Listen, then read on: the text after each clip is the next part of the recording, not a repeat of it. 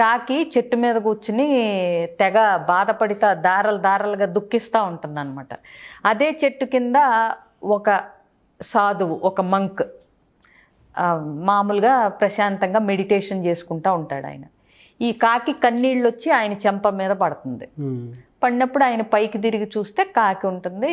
ఎందుకు దుఃఖిస్తున్నావు నువ్వంటే కాకి అంటుంది, దుఃఖం కాకుండా ఏముందండి సాధువు గారు, నాకు మిగిలింది అందరూ చూసి నువ్వు అస్సలు బాగోలేదు, నల్లగా ఉన్నావు అని ఎవ్వరూ నాతో ప్రేమగా మాట్లాడరు, నన్ను చూడగానే అందరూ ఉష్ అని ఇదిలిచ్చి కొడతారు, అసలు జీవితం దుర్భరంగా ఉంది, దీనికంటే చావే శరణ్యం అనిపిస్తుందని రకరకాలుగా వాపోత దుఃఖిస్తూ ఉంటుంది. ఈయన అంటాడు, మామూలుగా ఈయన యోగి కదా, ఈయన జనరల్గా ఏం చెప్తారు, స్థితప్రజ్ఞత, అట్లా కాదు, ఎలాంటి సిచ్యువేషన్లో ఉన్నా మనం సంతోషంగా ఉండటానికి ట్రై చేయాలి అని ఈయన చెప్తాడు.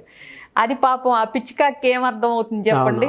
మీరు అలాగే అంటారు కానీ నాకు మాత్రం అస్సలు మనశ్శాంతి లేదండి, అసలు సంతోషం అనేదే లేదు అని అంటే, మరి ఏం చేస్తే నీకు సంతోషం వస్తుందో చెప్పు, నా శక్తిని ఉపయోగించి నీకు సంతోషాన్ని ఇచ్చేలాగా చేస్తాను అని అంటే, అయితే నన్ను చక్కగా తెల్లగా మిలమిలా మెరిసిపోయే హంసలాగా మార్చండి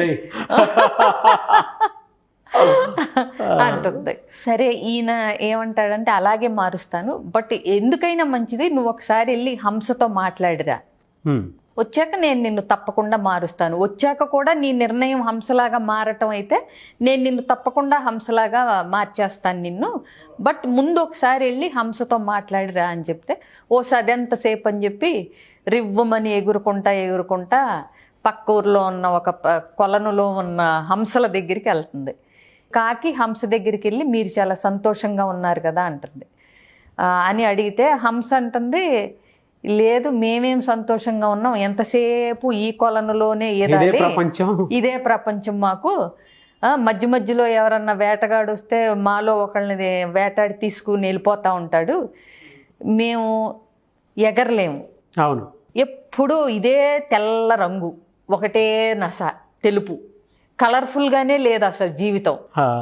అదే రంగురంగుల రామచిలకను చూడు, అసలు ఎన్ని రకాల రంగులు ఉంటాయో. జీవితం అంటే అంత కలర్ఫుల్గా అలా ఉండాలి కానీ ఒకటే రంగులో తెల్లగా రోజు ఇక్కడిక్కడే ఇదే కొలంలో ఈదుకుంటా మేము అసలు హ్యాపీగా లేమంటుంది.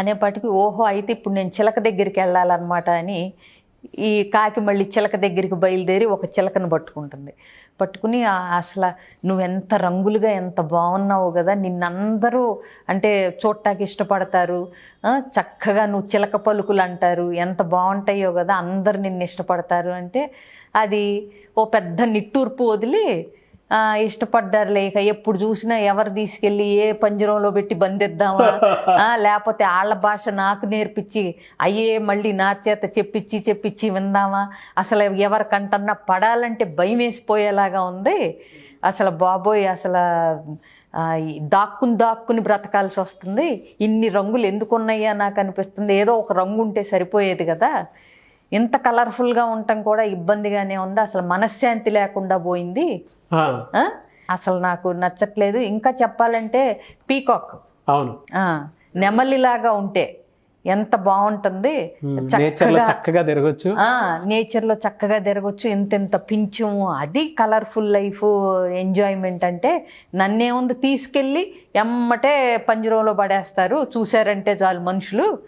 ఏదైనా నెమలిని భలే అందరూ నెమలిలాగా వయ్యారంగా నడకని, నెమలి పించాలు అని భలే ఉంటుంది. నాకైతే నెమలి అయితే బాగా హ్యాపీగా ఉందనిపిస్తూ ఉంటుంది.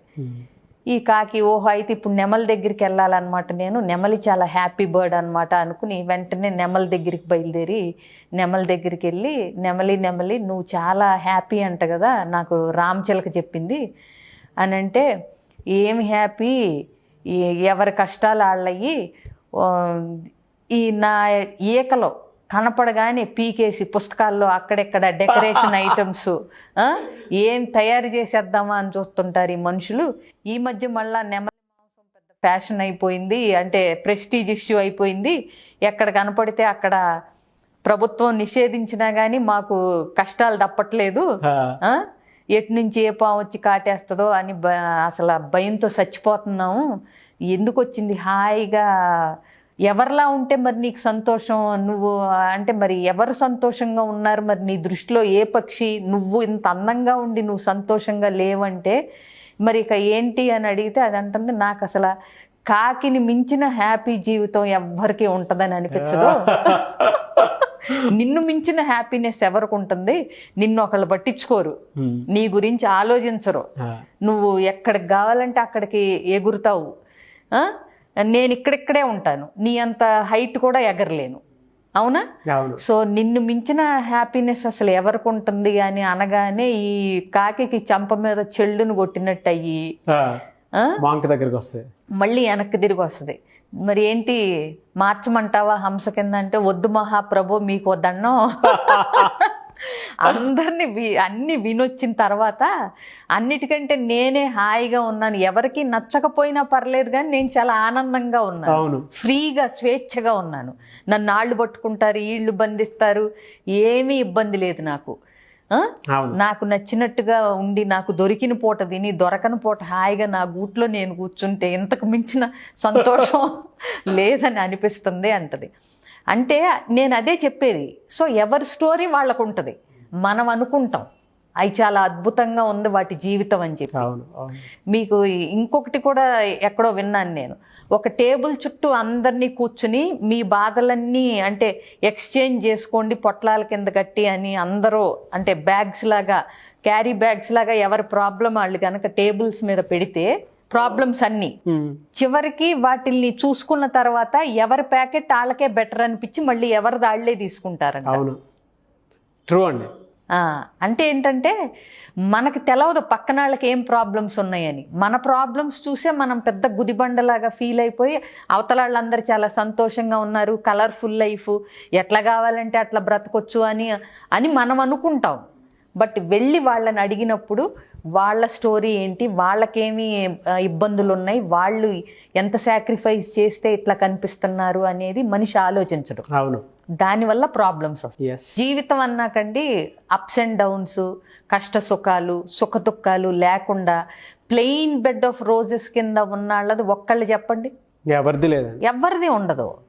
సో ఏంటంటే జీవితం అంటే ముళ్ళు పూలు రెండూ ఉంటాయని గమనించుకుని ముళ్ళు తీసేసుకుంటా పూలబాట ఏర్పరచుకుంటా మనకు మనమే మన దారిని రహదారిని నిర్మించుకుంటూ ముందుకెళ్ళాలి తప్పితే పక్కన వాళ్ళ మీద పడి ఆడవటం, వాళ్ళు పైకి వస్తున్నారని చెప్పి మనం అంటే అన్హ్యాపీగా ఫీల్ అవ్వటం, కంపేర్ చేసుకోవటం, సో ఇవన్నీ తగ్గించుకుంటే మంచిది.